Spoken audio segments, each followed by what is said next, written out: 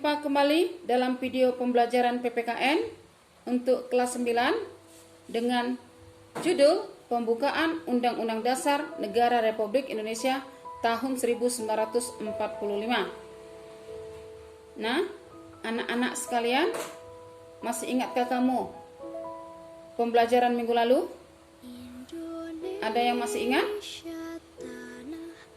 Minggu lalu kita sudah mempelajari tentang dinamika perwujudan Pancasila sebagai dasar negara dan pandangan hidup bangsa, di mana kita lihat Pancasila mengalami permasalahan dan perkembangan pada masa awal kemerdekaan, pada masa Orde Lama, pada masa Orde Baru, dan pada masa reformasi, di mana kita lihat kedudukan Pancasila sebagai ideologi terbuka. Pancasila sebagai ideologi terbuka senantiasa mampu berinteraksi secara dinamis. Nilai-nilai Pancasila tidak berubah, namun pelaksanaannya disesuaikan dengan kebutuhan dan tantangan nyata yang kita hadapi dalam setiap waktu. Nah, dalam video pembelajaran kali ini dengan subtema makna alinea pembukaan Undang-Undang Dasar Negara Republik Indonesia tahun 1945. Seperti kita ketahui, pembukaan Undang-Undang Dasar Negara Republik Indonesia tahun 1945 memiliki alinea pertama sampai dengan alinea keempat, di mana masing-masing alinea tersebut memiliki makna. Dalam alinea pertama yang isinya adalah bahwa sesungguhnya kemerdekaan itu ialah hak segala bangsa, dan oleh sebab itu maka penjajahan di atas dunia harus dihapuskan karena tidak sesuai dengan pri kemanusiaan dan pri keadilan.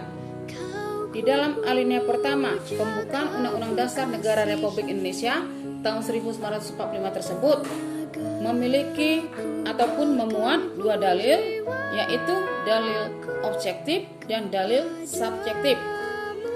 Dalil objektif artinya adalah bahwa penjajahan itu tidak sesuai dengan pri kemanusiaan dan pri keadilan. Penjajahan bertentangan dengan nilai-nilai kemanusiaan karena penjajahan memandang manusia tidak memiliki derajat yang sama. Penjajahan juga tidak sesuai dengan pri keadilan karena penjajahan memperlakukan manusia secara diskriminatif. Misalnya perampasan kekayaan alam, penyiksaan, perbedaan hak dan kewajiban. Sedangkan dalil subjektif adalah aspirasi bangsa Indonesia untuk melepaskan diri dari penjajahan. Dalam alinea kedua yang bunyinya dan perjuangan pergerakan kemerdekaan Indonesia telah sampailah kepada saat yang berbahagia dengan selamat sentosa mengantarkan rakyat Indonesia ke depan pintu gerbang kemerdekaan negara Indonesia yang merdeka, bersatu, berdaulat, adil dan makmur. Dalam alinea kedua ini, pernyataan kemerdekaan sebagai cita-cita bangsa Indonesia untuk mewujudkan bangsa yang merdeka, bersatu, berdaulat, adil dan makmur. Bersatu dan merdeka berarti negara tersebut terbebas dari penjajahan bangsa lain. Bersatu berarti menghendaki bangsa Indonesia bersatu dengan negara kesatuan, bukan bentuk negara lain, bukan bangsa yang lain, secara terpisahkan secara geografis dan sosial. Berdaulat artinya kekuasaan Indonesia bebas menentukan arah dan kebijakan bangsa tanpa campur tangan dari negara lain. Adil maksudnya bahwa negara Indonesia menegakkan keadilan bagi warga negaranya, dan negara Indonesia hendak mewujudkan keadilan dalam berbagai kehidupan secara politik, ekonomi, sosial budaya, maupun pertahanan dan keamanan ataupun hankam.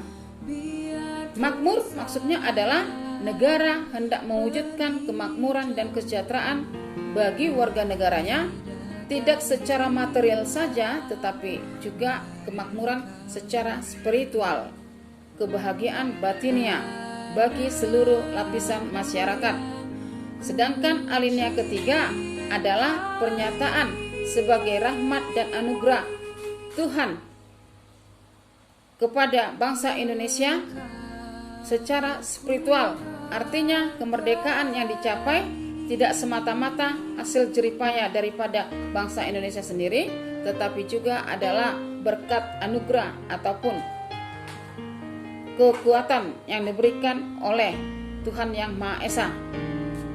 Sedangkan pada alinea keempat, pernyataan pemerintah negara Indonesia untuk mencapai tujuan negara berdasarkan asas politik kedaulatan rakyat dengan bentuk NKRI dan dasar negara Pancasila.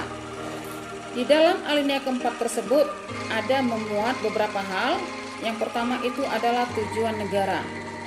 Tujuan negara itu adalah melindungi segenap bangsa Indonesia dan seluruh tumpah darah Indonesia, memajukan kesejahteraan umum, mencerdaskan kehidupan bangsa, dan ikut serta melaksanakan ketertiban dunia.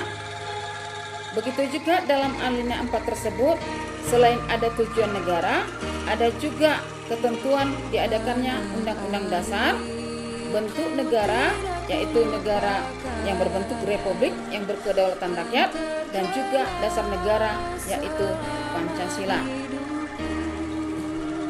Demikianlah materi pembelajaran pada hari ini. Mari kita rangkum, kita simpulkan apakah makna daripada pembukaan Undang-Undang Dasar Negara Republik Indonesia tahun 1945 mulai dari alinea pertama sampai dengan alinea keempat. Dapat disimpulkan bahwasanya alinea pertama adalah pernyataan kemerdekaan sebagai hak bagi semua bangsa di dunia. Alinea kedua adalah pernyataan kemerdekaan sebagai cita-cita bangsa Indonesia untuk mewujudkan bangsa yang merdeka, bersatu, berdaulat, adil, dan makmur. Makna alinea ketiga adalah pernyataan kemerdekaan sebagai rahmat dan anugerah Tuhan Yang Maha Kuasa.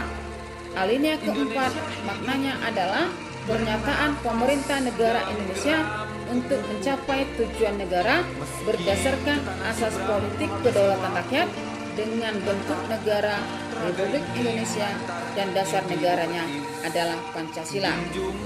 Maka di sini Ibu akan memberikan tugas, yaitu berupa aspek keterampilan dalam bentuk praktik dengan memberikan secara lisan ataupun mengucapkan secara lisan isi pembukaan Undang-Undang Dasar Negara Republik Indonesia tahun 1945 dalam bentuk video, kirim ke WA atau japri ke WA Ibu. Sekian dan terima kasih, sampai jumpa.